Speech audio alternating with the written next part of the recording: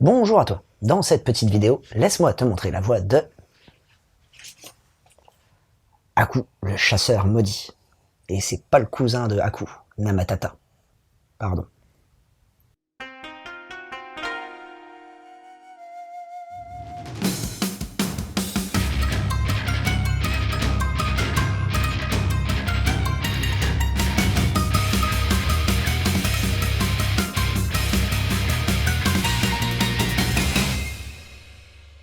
T'es prêt à faire un bond dans le passé? Car là, on part pour quelques milliers d'années. Précisément 30 000 ans avant notre ère.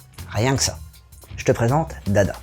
Pas le cheval, mais plutôt le chasseur dominant de la tribu, dont la femme, Lulu, est sur le point d'accoucher d'un enfant. D'ailleurs, il rentre tout juste de la chasse, et comme à son habitude, il a bien bossé, puisqu'il ramène un mégacéros. C'est une sorte d'énorme cerf qui vivait à l'époque paléolithique.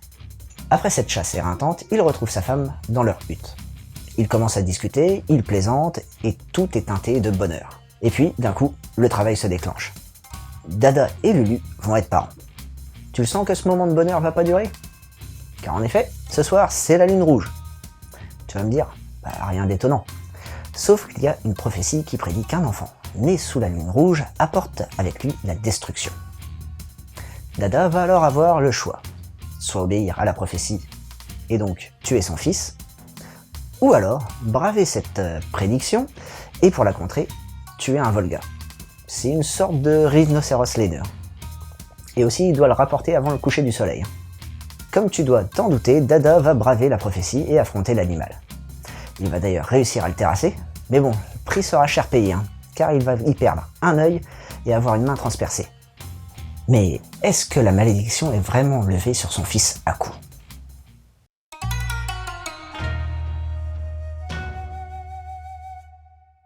Au niveau du dessin, on retrouve Fujimura Akeji qui avait auparavant travaillé sur la série Jeux d'enfants publiée chez les éditions Pika.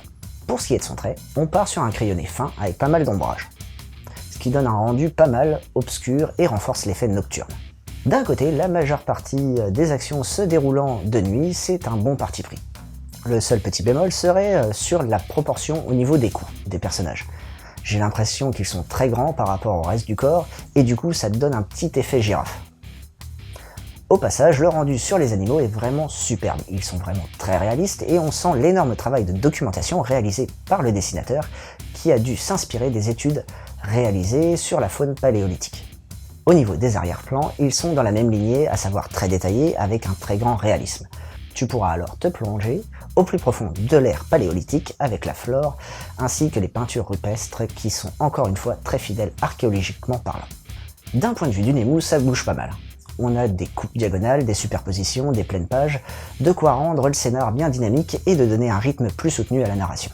Pour ce qui est des onomatopées, on a le droit à celle d'origine avec en prime, en plus petit, une traduction. Tu pourrais me dire que ça va surcharger les scènes, mais pas du tout, ça a été fait de sorte à ce que le travail soit bien homogène. La jaquette, quant à elle, reste fidèle à celle d'origine avec un petit côté crayonné additionné avec de l'aquarelle, ce qui lui donne un côté très doux et brut à la fois. Comme moi.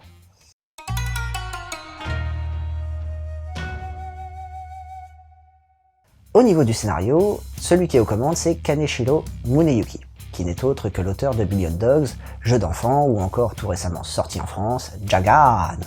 A noter que ce duo avait déjà travaillé ensemble sur le titre Jeux d'enfants. On a donc ici deux personnes qui ont déjà l'habitude de travailler ensemble et leur collaboration rend plutôt bien, à commencer par le travail de documentation. En effet, on part sur une période où pas mal de clichés ont été véhiculés et le sont toujours à l'école. À me voir, comme ça. On nous a alors appris que les hommes préhistoriques creusaient des fosses pour piéger les mammouths. À noter qu'à cette époque, il y a le permafrost. En gros, ça veut dire que le sol est gelé en permanence sur à peu près 80 cm. Sachant qu'à l'époque, les pelles sont en os ou en bois et qu'un mammouth faisait au garrot en moyenne 6 mètres, imagine le temps que ça aurait pris. Et en plus, il faut que le mammouth tombe dedans. On est d'accord, c'est réalisable. Maintenant que j'ai fait mon petit aparté, on revient au travail de documentation. Les costumes que porte Dada et tous les membres de la tribu, ainsi que leurs tatouages, sont tout à fait plausibles. Comment on le sait? Tout simplement grâce à l'observation de Hozi, qui a été découvert, momifié et qui date de 3300 ans avant notre ère. Il portait sur lui les mêmes types de vêtements, pas comme moi, et les chercheurs ont pu observer des tatouages sur son corps. Petit fait sympa à noter, les tatouages d'Ozzy sont sur des méridiens d'acupuncture, ce qui peut nous amener à l'hypothèse qu'il connaissait l'acupuncture à l'époque. Mais pour le moment, cela divise encore la communauté scientifique. Bon, je te vois venir, hein. Entre 30 000 et 3300, il y a pu se passer pas mal de choses. Hein. D'un point de vue évolutif, pas grand chose. Les deux étant les mêmes représentants d'une même espèce, l'évolution n'a pas pu être significative en 30 000 ans. Mais j'arrête de te bassiner avec l'histoire et je te donne mon ressenti. Comme t'as pu t'en douter, j'ai vraiment bien accroché sur ce titre. Hormis le fait que l'on ne stigmatise pas cette période, l'auteur fait en sorte de rendre son scénario haletant. Et on a pas mal l'impression de se retrouver à certains moments dans un film.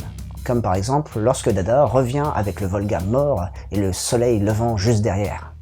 Ça fait très héros qui revient victorieux alors que tout était fini pour lui. A noter aussi la personnalité de Haku, qui dans un premier abord peut passer pour un sale gosse car il vole de la nourriture et qu'il ment à ses parents, mais au final, il se révèle avoir un grand cœur, mais ça, faudra que tu le lises pour savoir pourquoi. En résumé, Haku le chasseur maudit est un très bon manga traitant d'une période peu représentée et qui ne joue pas sur les clichés véhiculés, enfin, en tout cas dans ce premier tome. Hein. Si jamais t'aimes bien les mangas traitant d'histoire et surtout de périodes peu représentées, je te conseillerais bien de lire Ad Astra. Comme ça, tu découvriras les guerres puniques qui opposèrent Carthage à Rome, avec à leur tête Scipion l'Africain et Hannibal Barca. Allez, on continue sur l'histoire, mais cette fois on part à Florence au XVIe siècle, avec le titre Arte de Okubo-kei, où une jeune aristocrate rêve de devenir artiste peintre et aspire à entrer en apprentissage. Pour finir, une des séries qui cartonne en ce moment, il s'agit de Kingdom, aux éditions Meian, qui se déroule en Chine durant la dynastie Qin, c'est-à-dire vers 221 avant notre ère. Et si tu veux plus de détails, je te conseille le mangado qu'on a fait dessus. Et voilà, c'était Boubou, j'espère que cette petite chronique t'aura plu et surtout donné l'envie de lire Haku le chasseur maudit. Allez, sur ce, je retourne nourrir ma tribu et surtout, n'oublie pas de suivre la voie du manga.